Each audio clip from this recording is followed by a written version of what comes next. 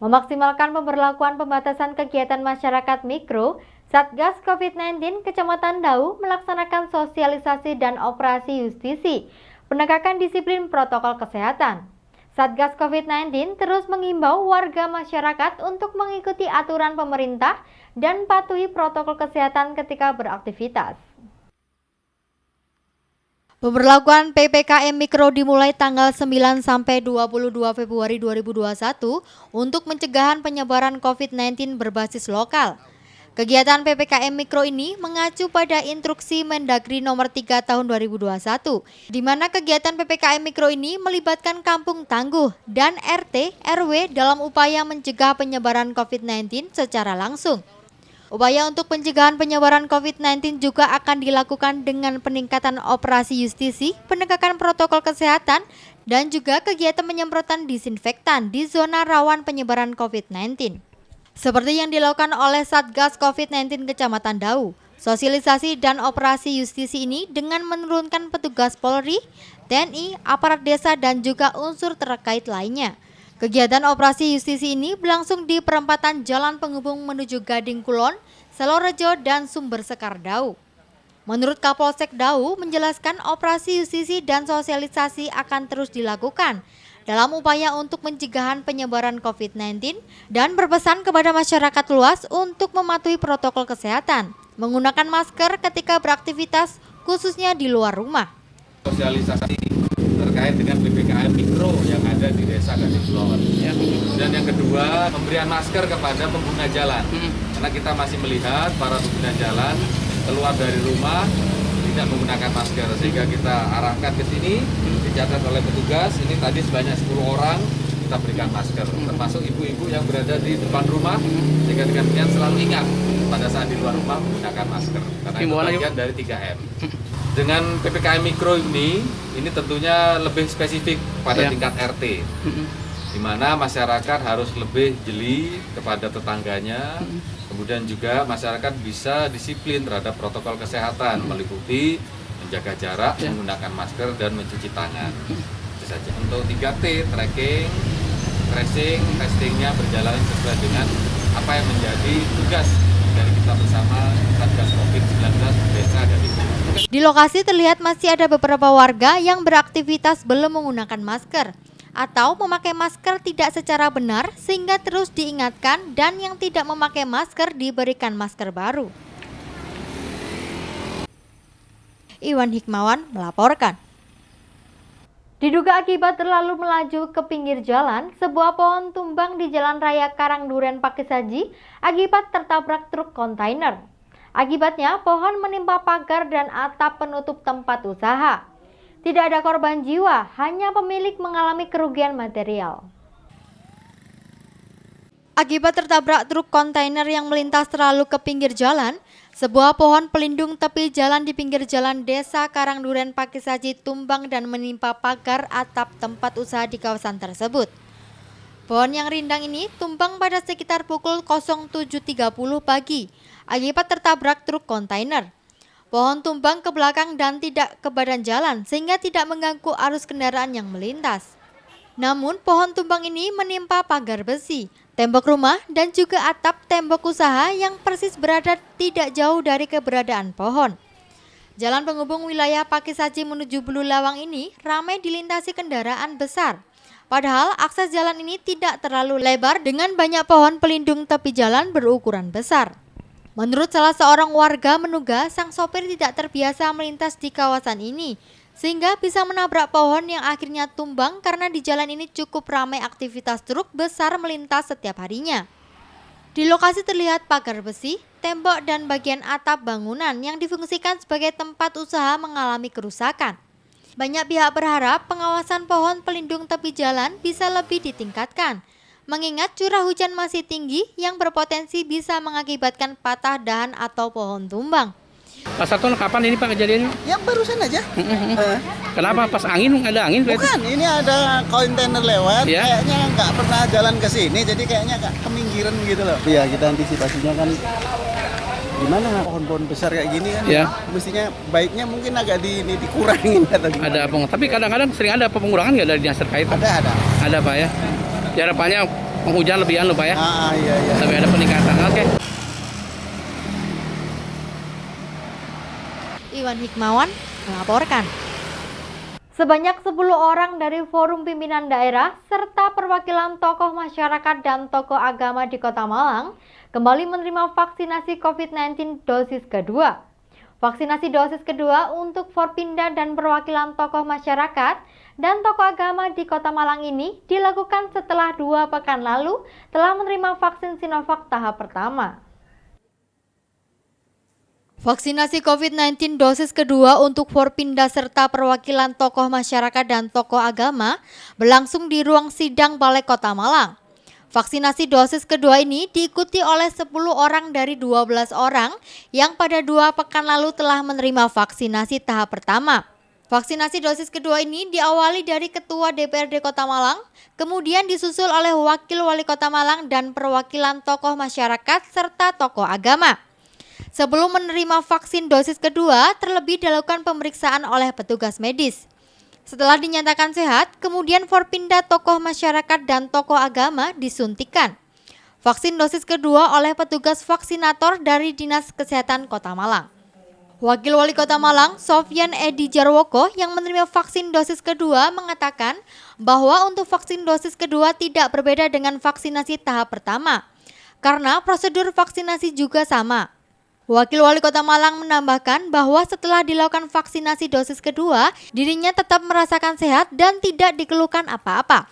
Kan vaksin yang kedua bagi Bapak Ibu yang kemarin sudah dilaksanakan vaksin yang pertama. Di 14 hari yang kedua ini tepat pada tanggal 11 Februari hari Kamis ini dilaksanakan vaksin yang kedua. Itu sudah selesai, berarti sudah mengikuti vaksin 1 maupun yang vaksin yang kedua. Sehingga selanjutnya menunggu proses yang namanya kekebalan tubuh itu dalam diri untuk setiap menerima vaksin. Ya. Pak, ada perbedaan rasa vaksin pertama dan kedua, Pak? Sama. Tidak ada perbedaan. Sama juga di tempat yang sama sebelah kiri tadi. Tidak ada masalah, insya Allah. Sedangkan PLT Kepala Dinas Kesehatan Kota Malang Sri Winarni mengatakan vaksinasi dosis kedua merupakan yang pertama. Setelah vaksinasi dosis kedua untuk pejabat daerah ini dilakukan, kemudian akan disusul oleh tenaga kesehatan yang telah menerima vaksinasi dosis pertama. Vaksinasi untuk tenaga kesehatan sendiri akan disesuaikan dengan jadwal penerima vaksin dosis pertama. Sementara pada vaksinasi dosis kedua ini, 2 orang peserta tidak dapat dihadiri yakni Gilang Widya Pramana dan Komandan Kodim 0833 yang telah menerima vaksin pada tahap pertama tidak dapat hadir karena berhalangan. Jadwal vaksinasi dosis kedua untuk keduanya akan menyusul. Ini hari pertama untuk dosis kedua. Setelah ini diikuti oleh, kan sesuai dengan jadwal vaksinasinya, Mbak. Dulu waktu kita melakukan dosis pertama tanggal 28 Januari juga diawali dari para pejabat daerah ini. Nah, setelah itu juga diikuti oleh nakes-nakes lain di vaskes yang sudah ditunjuk. Mulai hari ini nanti kita akan juga memulai untuk dosis kedua kepada nakes yang sudah dilaksanakan penyuntikan dosis pertama di tanggal menyesuaikan. Jadi tanggalnya menyesuaikan ketika dia di vaksin yang pertama itu tanggal berapa. Nah, itu hitungannya setelah 14 hari berikutnya sampai 28 hari.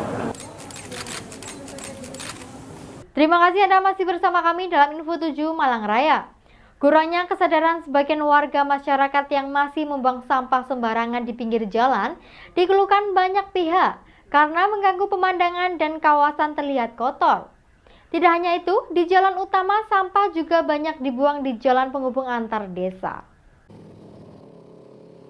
Masih sulitnya untuk menumbuhkan kesadaran sebagian masyarakat untuk menjaga lingkungan dengan cara tidak membuang sampah sembarangan tempat disesalkan banyak pihak. Karena mengganggu lingkungan dan bisa mencemari air. Sampah yang banyak dibuang di pinggir jalan dan lahan kosong lainnya masih banyak terjadi sehingga masalah sampah tidak pernah selesai dan cenderung terus berlangsung walaupun sudah jelas aturan atau dilarang oleh pihak terkait.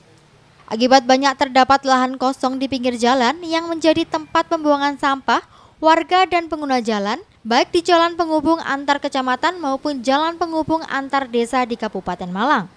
Seperti yang terlihat di Jalan Desa Karangduren dan Jalan Raya Penghubung Pakisaji dengan Bulu Lawang, tepatnya di Jalan Raya Kendal Payak terlihat sampah dibuang di sisi kiri dan kanan jalan. Padahal papan larangan sudah sangat jelas terpasang lengkap dengan sanksi denda dan juga kurungan. Kondisi ini tentu saja harus menjadi perhatian bersama untuk meminimalisir sekaligus meningkatkan kesadaran masyarakat untuk tertib dan patuh dalam hal membuang sampah sehingga lahan kosong di pinggir jalan tidak menjadi tempat pembuangan sampah liar. Menurut seorang warga mengungkapkan sulitnya pengawasan menjadi salah satu penyebab banyak orang membuang sampah sembarangan, khususnya di kawasan yang sepi aktivitas dan pengawasan.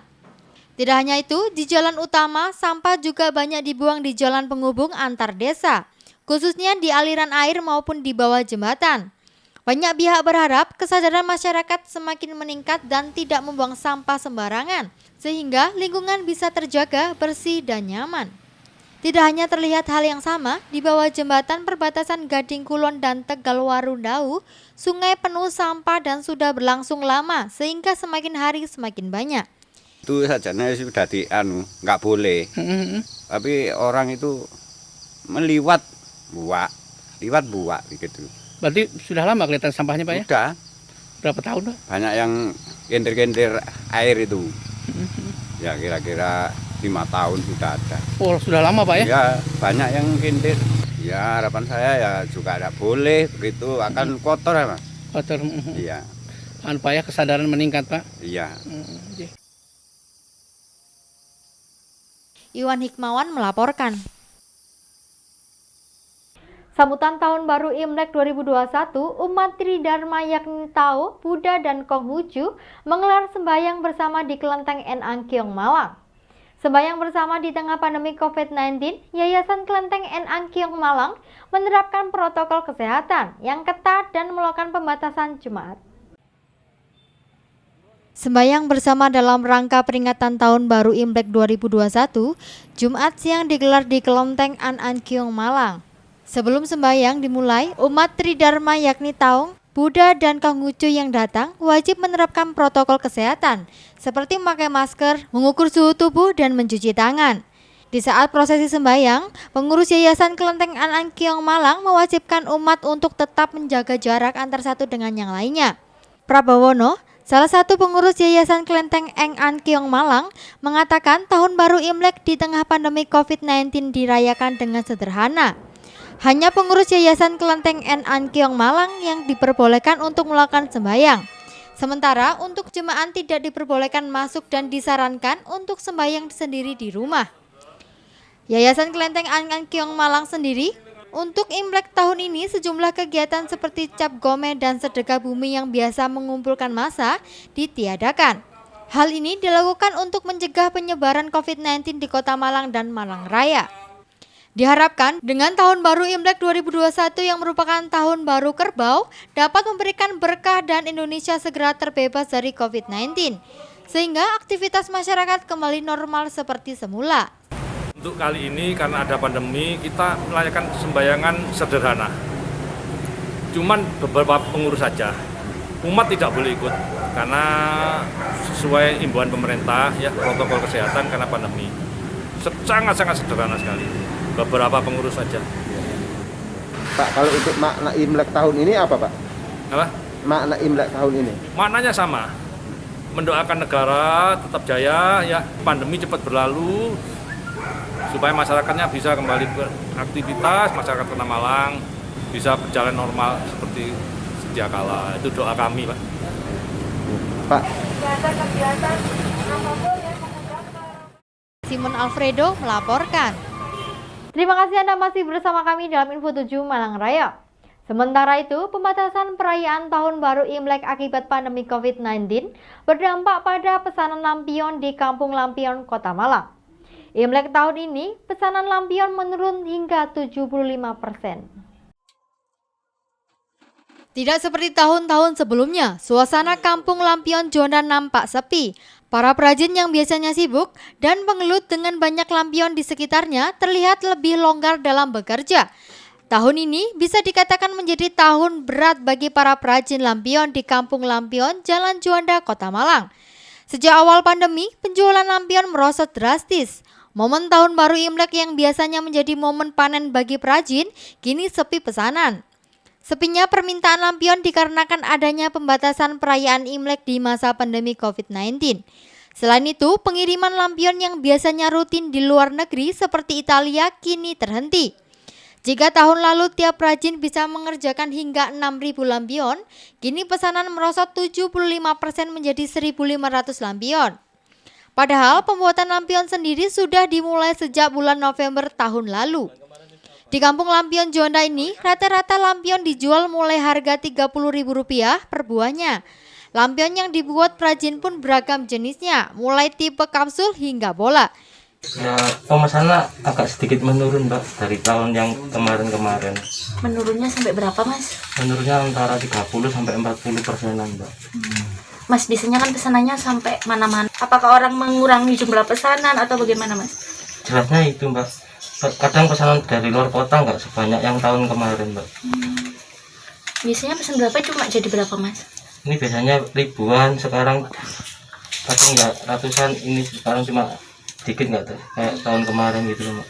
Kendala lainnya apa, Mas? Selama pandemi ini, apa bahan baku sulit juga atau bagaimana? Kalau bahan baku nggak ada orang yang pesan, Mbak.